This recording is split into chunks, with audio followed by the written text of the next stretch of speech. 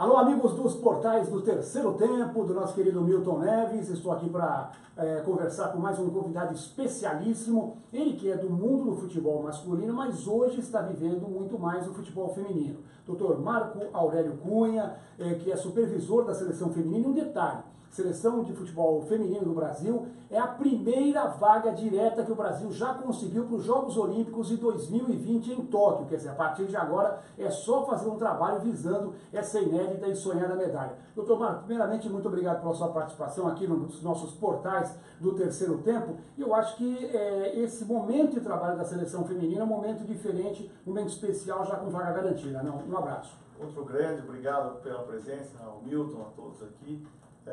O futebol feminino melhorou bastante, né? Ele evoluiu profissionalmente. Hoje ele tem uma organização muito melhor, ainda sofre bastante com a falta de visibilidade, a falta de assistência da mídia, porque a mídia cobra muito do futebol feminino, o seu desenvolvimento, o seu apoio, enfim, todo aquele recurso que se deve colocar para uma equipe profissional, igualdades, papapá. Porém, é a primeira que não dá uma notícia, é a primeira que não passa um gol dos jogadores, das jogadoras da seleção. Jogamos agora a Copa América no Chile, foram 7 vitórias, 32 gols feitos, 2 gols tomados, uma campanha impecável e não houve um gol repetido em uma televisão brasileira fechada ou aberta. Esses mesmos que cobram que a CBF, que nós temos que fazer um futebol feminino melhor. Só se pode fazer melhor se for divulgar. E a divulgação cabe a nós, a CBF, fazer através de seus portais e cabe também a toda a mídia esportiva brasileira a retribuir o esforço das meninas também divulgando os seus processos. Nós ficamos ainda em pequenos núcleos do futebol feminino, pequenos blogs, pequenas pessoas que têm essa vocação e que influem um pouco no futebol feminino, tentando fazer eco às vitórias das meninas, né? Mas precisamos de mais ajuda de todos vocês. E que não são poucas, né? Porque, na verdade, o Brasil, apesar de todas essas dificuldades que o senhor fala, que a gente conhece muito bem, eu, por exemplo, acompanho isso há muito tempo, o Brasil nos Jogos Olímpicos já foi 2 vezes medalha de prata e mais 3 vezes 4º colocado. Em campeonatos mundiais já foi 1 vez prata, 1 vez 3ª colocada. Quer dizer, mesmo com essa falta de apoio, a gente percebe que o potencial é muito grande. Exato. Nós temos atletas de alto nível técnico, né? O futebol feminino é a essência do futebol masculino também no seu DNA. O drible, a jogada criada, a forma da nossa jogadora fazer a sua arte é ainda o futebol brasileiro, aquela coisa que você vê habilidade, toque, leveza, sutileza, percepção, né? Não é a coisa mecanizada do futebol hoje moderno, que é a troca de passes curta, aquele envolvimento que é assim que se joga hoje, mas que a hora que precisa da definição, do confronto de uma contra a outra, nós superamos isso facilmente, né? Então nós temos que dar ao futebol feminino brasileiro a característica de um jogo compacto, mas seguramente com a vantagem que nós sempre tivemos, o confronto, o duelo e o drible. E eu acho que hoje a gente tem uma coisa que vem acontecendo nos últimos anos que é fundamental, pelo menos eu imagino assim. Claro que a gente tem que ter um campeonato forte aqui no Brasil também para renovação, para revelação de novos atletas, mas hoje nós temos um intercâmbio muito grande. Temos várias jogadoras, Marta está nos Estados Unidos, Verbinha, Andressa Alves está no Barcelona, agora o Atlético de Madrid foi campeão espanhol com 2 brasileiras, o Barcelona foi o 2º colocado, tem o Paris Saint-Germain, a Cristiane estava no Paris Saint-Germain, foi para a China também, a Formiga do Paris Saint-Germain, a Érica. Então a gente tem várias jogadoras atuando fora do Brasil e isso é importante. Eu cito 2 exemplos, o primeiro deles, o handball. O handball feminino foi campeão mundial em 2013, por quê? Porque fez um trabalho que as suas principais jogadoras foram atuar na Europa e conviveram diretamente com a nata do handebol feminino.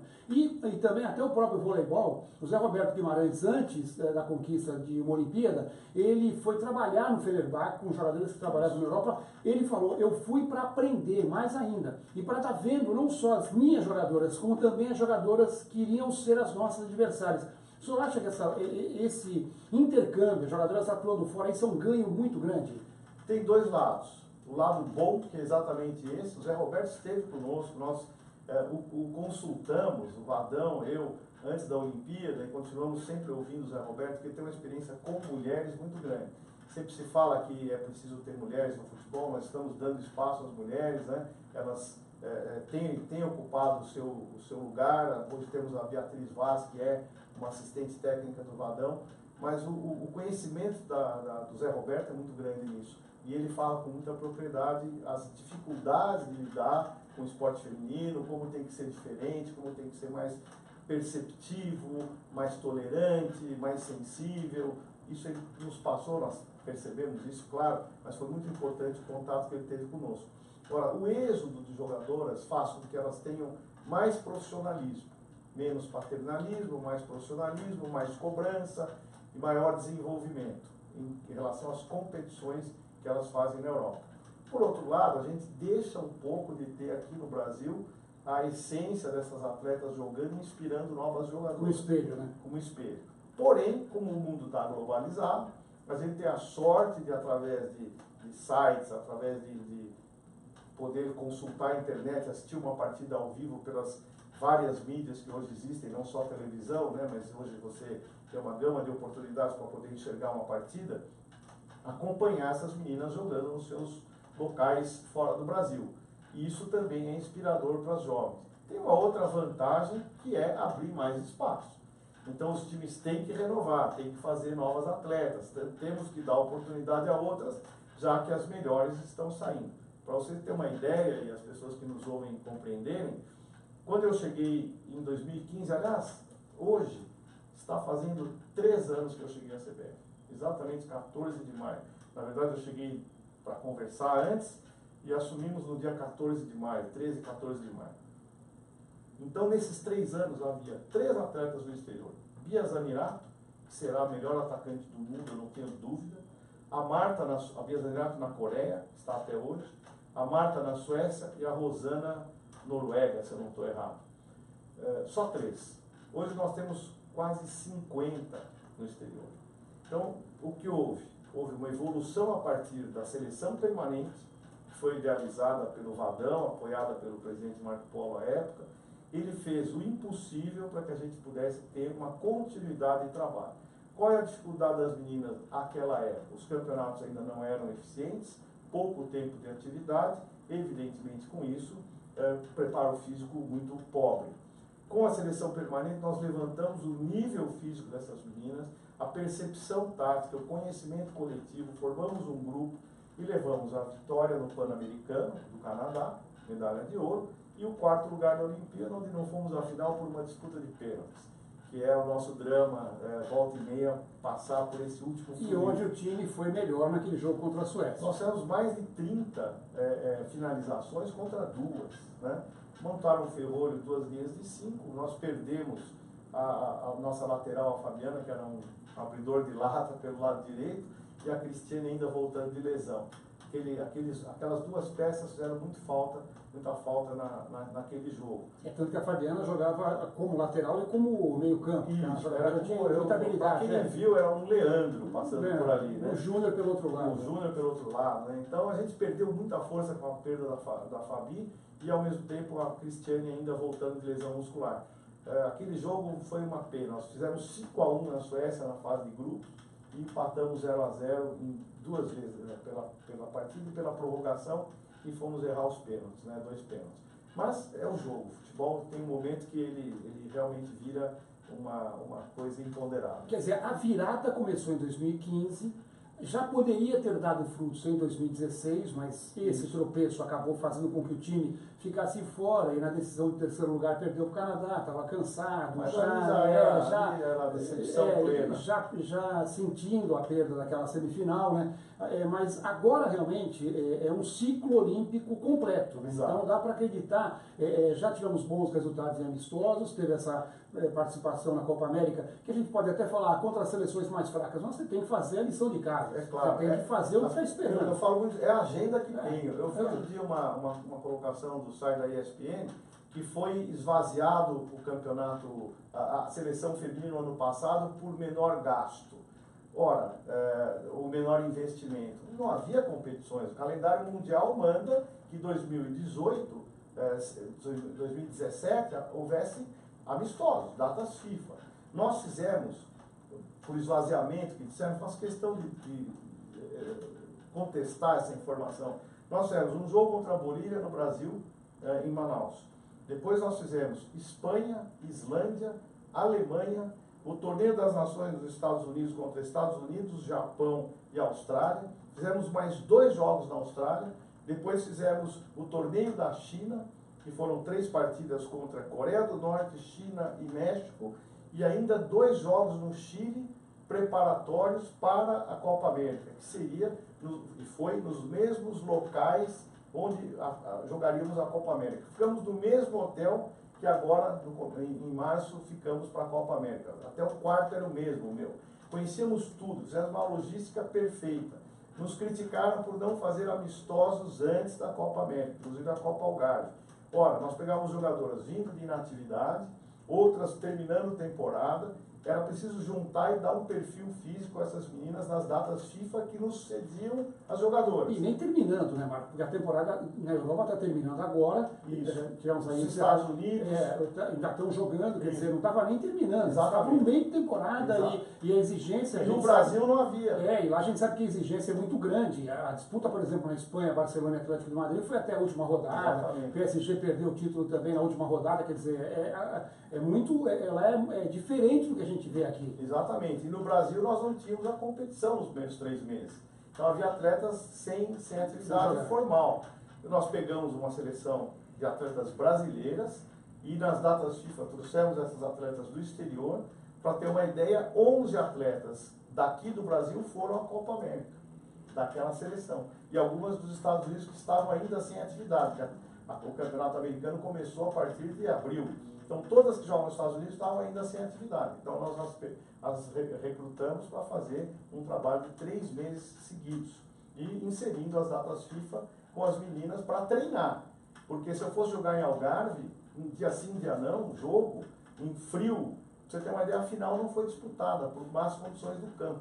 Então, sem querer também, nós acertamos até nisso. Quer dizer, de não ir ao Algarve e fazer uma seleção bem treinada.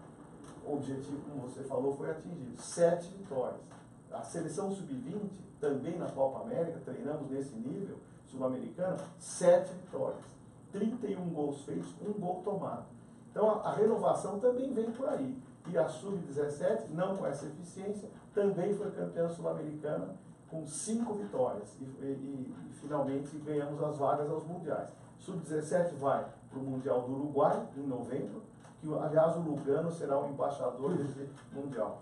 Nós vamos à França, no pré-mundial para 19 da seleção principal, o Mundial Sub-20 na França em agosto, e o 19, o Mundial da principal na França também. Então, as datas estão preenchidas. E, óbvio, mais importante é a vaga à Olimpíada em 20. Porque o segundo lugar vai enfrentar uma seleção da Confederação Africana em um jogo só. Então, imagina a pressão. O limite, a pressão para você ir ou não na Olimpíada. A gente está conversando com o Dr. Marco Aurélio Cunha, que é supervisor da Seleção Feminina de Futebol do Brasil. E só para quem não acompanha ter uma ideia, o Mundial Feminino começou em 91, os Jogos Olímpicos pela primeira vez em 96. E a gente até agora, nessas competições, de 4 em 4 anos o Mundial e também a Olimpíada, a gente já teve 10 países que ficaram entre os 4 melhores no Mundial e 9 países que ficaram entre os 4 primeiros numa Olimpíada. Quer dizer, é para mostrar que o nível é um nível de muita exigência, muito equilíbrio. Não são só 2, 3 países, né? Exato. Estados Unidos, Alemanha, agora a Inglaterra subindo. Deveremos ter um amistoso com a Inglaterra em outubro. Estamos praticamente acertando esse amistoso, é muito importante. A Inglaterra ainda não classificou para a Olimpíada. Ela está ali disputando o primeiro e segundo lugar. A Europa está em fase de classificação. E até nós temos dificuldade em arrumar amistosos nessa data de junho. Teríamos o México, mas a organização não era a que nós gostaríamos, então abrimos mão.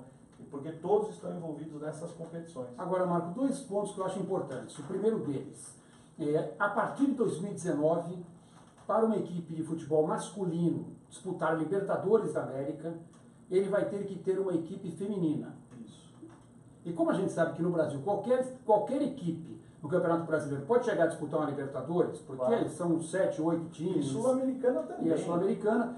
Então, hoje a gente tem só 8 equipes da primeira divisão com equipes femininas. São 4 na primeira divisão feminina e 4 na segunda divisão. A gente tem o Corinthians, o Santos, o Flamengo Corinthians, Santos, Flamengo e o Sport na primeira divisão. Isso. E na segunda, Grêmio, Inter, América Mineiro e Vitória. Exato. Os outros 12 vão ter que se mexer.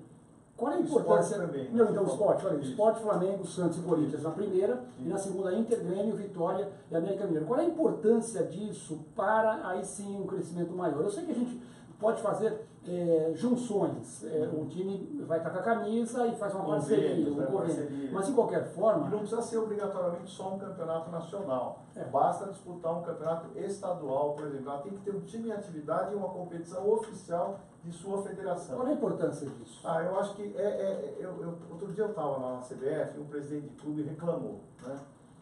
E foi muito legal porque foi um debate aberto. Eu não tenho dinheiro para isso, como é que eu vou fazer e tal.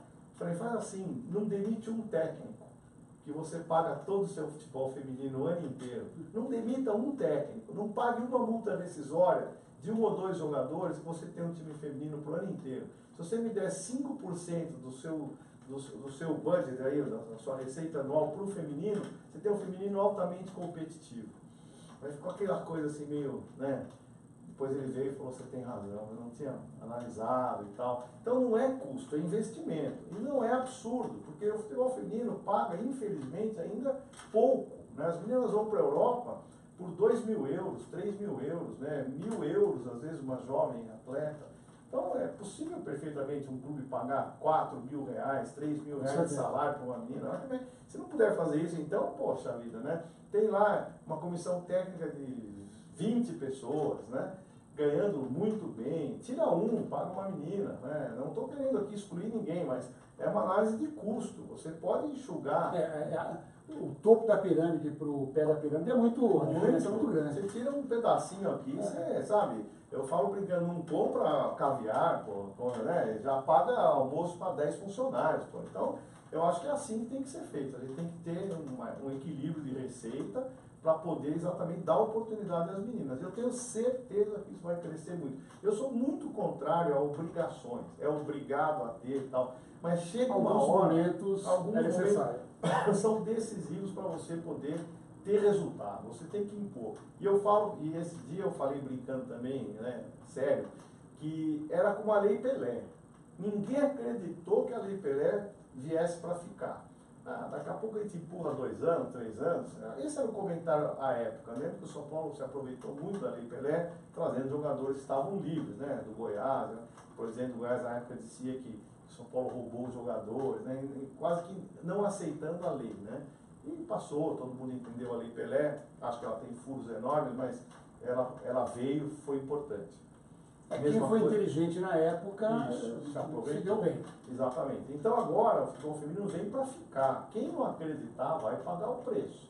Então vão ter que formar estruturas. Eu estive agora em Manaus semana passada, 2 clubes femininos que nada tem a ver com o futebol masculino. O Iranduba e o 3B.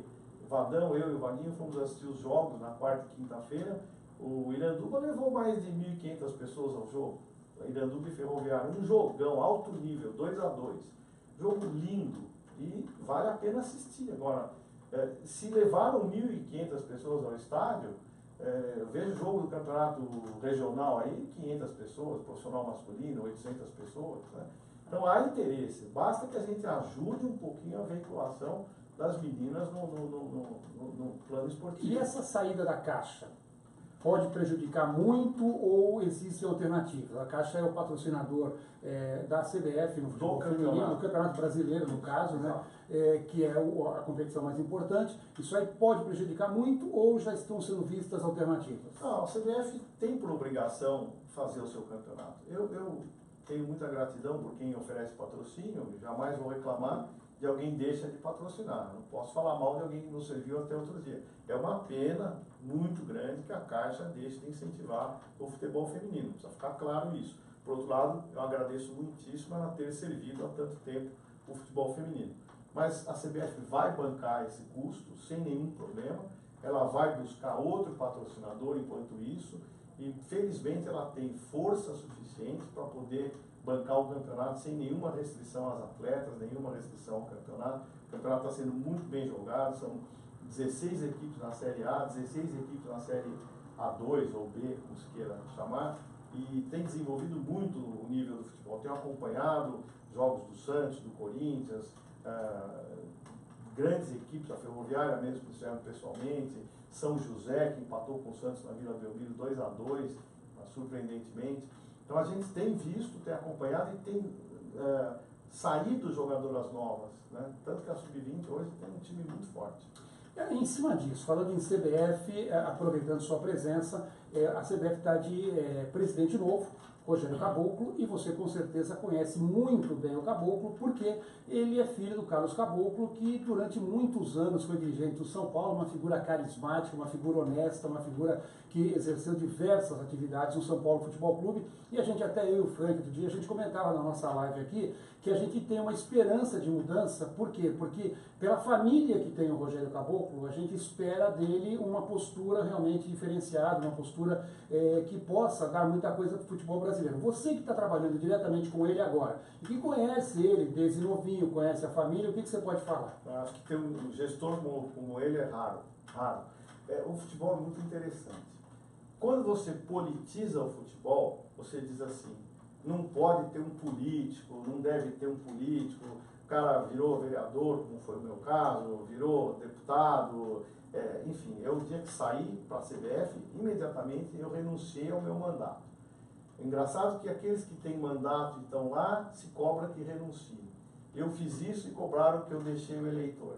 Então é muito difícil encontrar o ponto certo. Eticamente eu fiz o que eu deveria ter feito. Fui muito grato a todos os votos que recebi, mas entendi que era um momento de mudança e fui honestíssimo. No dia seguinte, a minha renúncia estava lá sem nenhum benefício.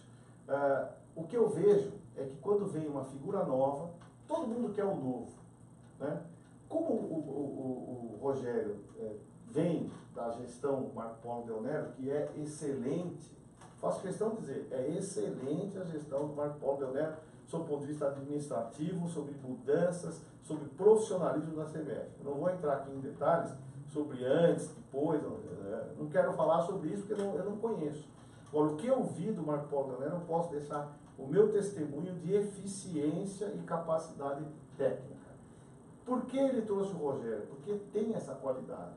Então, por que ele trouxe o Tite? Porque tem essa qualidade. Por que talvez ele tenha me trazido? Porque eu tenho história no futebol. E o futebol feminino é muito difícil. A gente está conseguindo mudar um pouco o panorama.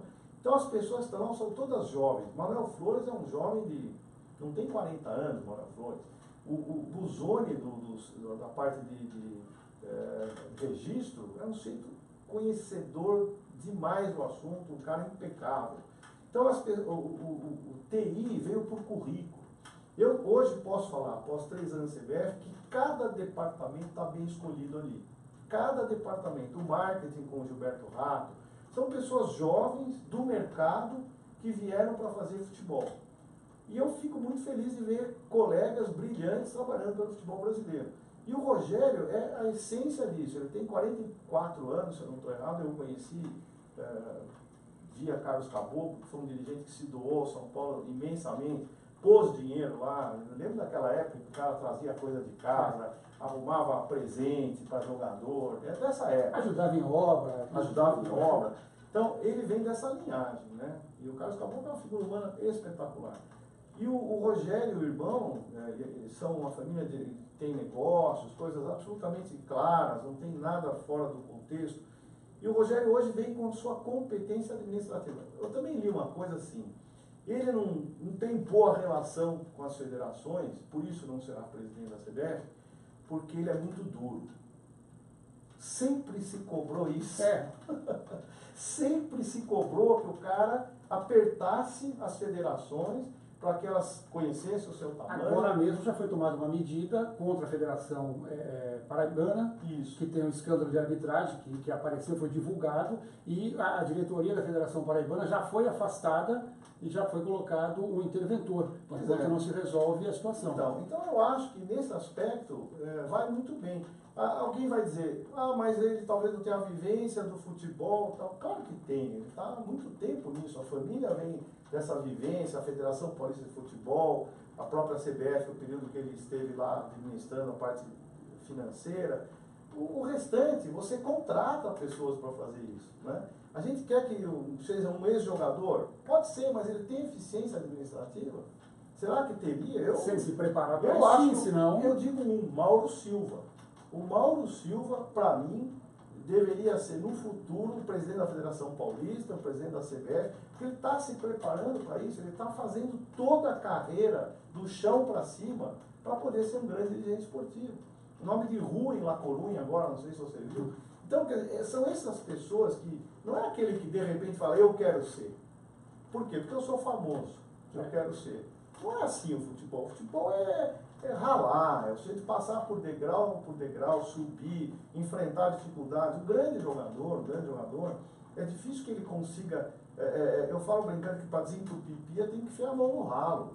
E o grande jogador, cara, ele não gosta de pôr a mão no ralo. Ele não vai ficar ali sofrendo, porque ele sempre foi muito badalado, muito elogiado. Como é que agora vai ser vidraça? Existem algumas exceções, Claro, mas principalmente exceções. na Europa, quando o jogador também, mesmo sendo badalado, ele já vai se preparando para um cargo de dirigente ou de treinador. Você vê a cultura que tem uma Alemanha, e a nossa, né? Mesmo a Alemanha é exemplo claro disso, toda a sua origem vem desses jogadores importantes que têm formação cultural. E mesmo assim, de vez em quando aparece um escândalo que, teoricamente, pode estar envolvendo um Rummenigge, um Platini, quer dizer, que a gente... Então, nem isso a gente pode também achar que o ex-jogador vai ser uma garantia de... O ser humano é um só. Ele não pode errar, é um ser humano. Então, ele pode ser jogador, ele pode ser médico, professor, ele pode ser dirigente esportivo, negociante, ele tem que ser bom. Bom como alma, como essência e honestidade. Então a gente espera que a CBF agora cada vez mais seja assim, mais profissional. Se você for ver agora a CBF Academia, a CBF Academy, como eles chamam, é um exemplar, vai inaugurar segunda-feira. O Fábio Maceireidian, preparador da principal, foi um dos organizadores disso. O Dino, diretor do patrimônio, foi um dos organizadores disso. O próprio Rogério foi um dos organizadores disso. Nós estamos tentando com que seja graduado também pela UEFA para ser reconhecido como um curso internacional. Gostaria que fossem ver, porque, obviamente, os dramas e os escândalos são muito mais fáceis de se comunicar. Chamam mais atenção. As coisas boas ficam como obrigação, mas a obrigação está sendo feita, né? Eu tenho muita esperança, e eu fico muito à vontade para falar, porque eu acho que eu sou um dos mais velhos que está lá na CBF hoje. Eu e o Walter Feldman, né? 2 médicos, 2 ex-políticos, né? Tem uma visão das coisas muito grande. E, mais importante, o que eu quero atualmente? Nada.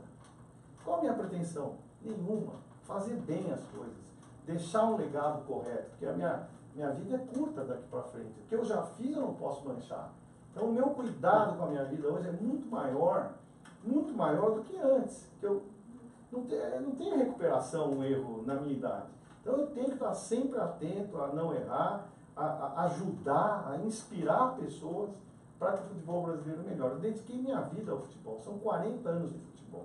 Ainda tenho saúde, vontade, eu sou meio juvenil nisso. Eu vibro com o gol da menina do Sub-17, sofro no jogo da Sub-15. Quer dizer, falo brincando, se eu tiver que dirigir o time do prédio, eu vou querer ganhar, né? Eu quero ganhar, mas com princípios, passando mensagens corretas, né? Essa é a minha vida.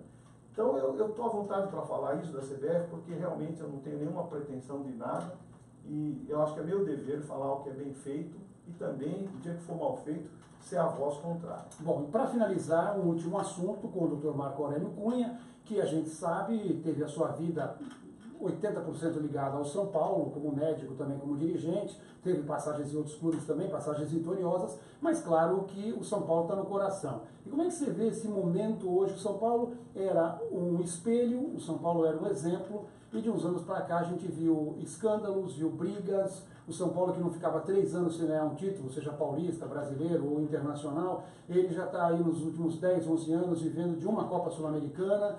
Então, como é que você vê esse momento? Como, de repente, hoje você está por fora como um torcedor, alguém que foi muito tempo ligado ao clube? Faz 10 anos que ganhamos um brasileiro, né? Foi em 2008 o tri brasileiro. Eu fico muito chateado com isso e torço todo dia. As pessoas me cobram posição política no São Paulo. Minha posição política é apoiar quem está lá. Não é fazer a voz da situação. mas é não conspirar contra o clube e tentar fazer com que ele melhore. Tenho críticas, muitas. Cabe ficar falando? Não. As críticas são internas, eu aprendi isso desde lá do Natel. A gente vai lá, fala o que está errado, intramuros, não precisa pôr na rede social. A rede social me cobra críticas. Eu não vou fazer crítica à rede social. Eu vou inspirar dentro do clube mudanças, melhorias, né? Quando raramente eu vou lá, eu falo o que penso. Quando mantenho contato por telefone, hoje em dia, que é isso, né? Eu também faço as minhas colocações e cobranças, né? Eu acho que o São Paulo errou demais em contratações midiáticas. O São Paulo nunca pensou como é o futebol, pensar num time. Ele pensava nas contratações midiáticas, né? Tem que ter um cara, parece coisa de futebol de antigamente lá do Nordeste. Vamos trazer um cara que dê o que falar, né? Dê o que falar. Aí passava um pouco, deu o que falar, dava muito pior. O São Paulo foi contratando. A hora que ele saiu daquela esfera dos grandes nomes, porque são muito caros, não ficou competitivo mais com o São Paulo, o São Paulo começou a buscar nomes que, sei lá, quem vê, tentando consertar de um jeito e foi piorando. Foi do 8 ao 80. Exatamente. Começou a formar time menor, tentando construir um time com jogadores, quem sabe dá certo. E aí só vê o número de contratações que o São Paulo fez nesse tempo todo. Agora eu acho treinadores que também. Treinadores. O São Paulo ficou muito tempo com um treinador só. O Muricy, por exemplo, ele foi campeão, o Tele Santana um pouco antes. Quer dizer, o erro do São Paulo, desculpe interrompê-lo, foi quando achou que o São Paulo tinha esse dom. O São Paulo era maior que tudo. E talvez tenha acreditado que o São Paulo fosse também capaz de resolver seus problemas sem funcionários. A instituição, uma palavra muito falada, conseguia dominar todo o processo e foi perdendo nomes absolutamente relevantes que faziam a instituição. Até por ciúme. Esses nomes foram indo embora, tentou substituir por outros de nível menor, mais baratos, e nunca mais conseguiu encontrar aquela equipe que acompanhava o Muricy, que acompanhou o Tele, que acompanhou o Cilinho, que acompanhou alguns campeões que o São Paulo teve lá. E começou a bater treinadores frágeis no sentido de comando para a diretoria impor a sua vocação, sua vontade, e aquilo foi acontecendo sucessivamente até que entrou nesse sinal. Eu estou com muita esperança com o Diego Aguirre, porque vejo nele assim, uma cara de Muricy, um jeito que não dá bola para a torcida, não ouve dirigente. Ou ele dá certo ou ele cai, mas eu acho que ele vai dar certo no sentido da sua personalidade. Fazia tempo que o São Paulo não tinha um sujeito que você olha para ele e fala assim, esse cara, eu acredito nele. A cara dele é quem está tomando conta da casinha. Eu tenho falado isso muito na live, não que eu confiasse extremamente no trabalho dele, não conheço tanto o trabalho dele, apenas de ver em algumas equipes aqui do Brasil, mas de fora, mas ele está tendo peito para fazer o que ele pensa. Isso. Não está jogando medalhão porque foi indicado, não está jogando aquele que a torcida quer, então nesse ponto eu tenho elogiado muito a Gui. Isso, é exatamente a percepção que eu tenho. Um cara que não está nem aí para quanto o cara ganha, se ele influi, se ele é bonitinho, se ele dá toquinho, não, vai jogar quem eu acredito que vai jogar. Esse é o primeiro passo para dar certo. Era aquilo que o Muricy falava. O sujeito vinha reclamar por ele, conta uma história muito engraçada. O sujeito falou, professor, o que eu preciso melhorar para jogar com o senhor? Melhorar tudo. E não é na palavra que você vai me ganhar, não. Falou um palavrão, mandou o cara embora. Então, essa história é muito engraçada. Não combina com os dias de hoje, mas eu acho perfeito. Acho que está faltando isso ao futebol, né? A gente vê uns zaps aí de treinador xingando e tal. Falta um pouco disso também. Não dá para ser tão politicamente correto no futebol, né? Ficar cobrando. O cara falou isso, falou aquilo. Tem que xingar o cara no campo mesmo. Tá ruim, xinga. No vestiário todo mundo se acerta. Existe uma impressão de que uma briga de campo é definitiva. Está bebendo água na mesma garrafa daqui a pouco, não tem nada disso. Então, o Aguirre me dá a impressão de um sujeito que é assim, sabe? Aquela coisa do uruguaio. Eles têm uma linhagem muito clara dessa de comando, de hierarquia, de rendimento. E faltava isso para o São Paulo. Se ele vai dar certo no trabalho, no desenvolvimento, eu também não sei. Mas eu acredito na figura que está lá hoje. Inclusive o uruguaio, o Oscar Tavares, é o técnico mais velho a ser técnico numa Copa do Mundo, agora dessa Copa do Mundo, e já vai para a sua quarta Copa, quer dizer, o comando que ele tem na sua equipe. Tavares tem um respeito de todos, impressionante. Isso é importante. O Lugano me conta histórias dele, um dia você tinha entrevistado o Lugano. O Lugano foi expulso lá pelo Fenerbahçe, numa briga que ele arrumou. No dia seguinte, Tavares ligou para ele e falou um monte, deixou ele desse tamanho. Ele falou, foi uma das maiores lições que eu recebi na vida, né? E não deixou passar, era o capitão, né? Então, essas coisas faltam ao futebol hoje. Alguém que tome atitude, que diga para o sujeito, não é assim, não quero isso, você... Porque também tem um problema de salário, que o jogador que ganha muito e virou a exceção... Ganha mais que o técnico, é? Virou a exceção no clube, ele acha que pode tudo, entendeu? Não vai me tirar, faz mimimi quando é substituído, faz carinha para a imprensa, para a televisão. Então, nós sofremos um pouco da pobreza de talentos e os poucos que têm querem fazer o que querem. Então, essa é uma coisa para se administrar no futebol brasileiro. Bom, a gente conversou com o Dr. Marco Aurélio Cunha, falando muito sobre futebol feminino. O Brasil já está classificado para os Jogos Olímpicos de Tóquio em 2020, primeira vaga garantida do país para os Jogos Olímpicos de Tóquio. Claro que a gente falou um pouquinho de CBF, de futebol, São Paulo Futebol Clube também, que é a grande paixão do Dr. Marco Aurélio. Doutor Marco, muito obrigado pela sua presença aqui nos portais do Terceiro Tempo, e a casa é sempre sua, a gente adora bater um papo com a sua pessoa, porque é uma aula de futebol. Muito obrigado. Eu simplesmente falo aquilo que eu vivi, sem mentiras e sem querer ter qualquer pretensão. Agradeço ao Terceiro Tempo, a você, querido amigo de tantos anos, né? E que eu possa vir mais vezes aqui para contar histórias e, enfim, falar de futebol. Muito bem, falamos então com o Dr. Marco Aurélio Cunha, aqui nos portais do Terceiro Tempo. Até mais, hein, amigos?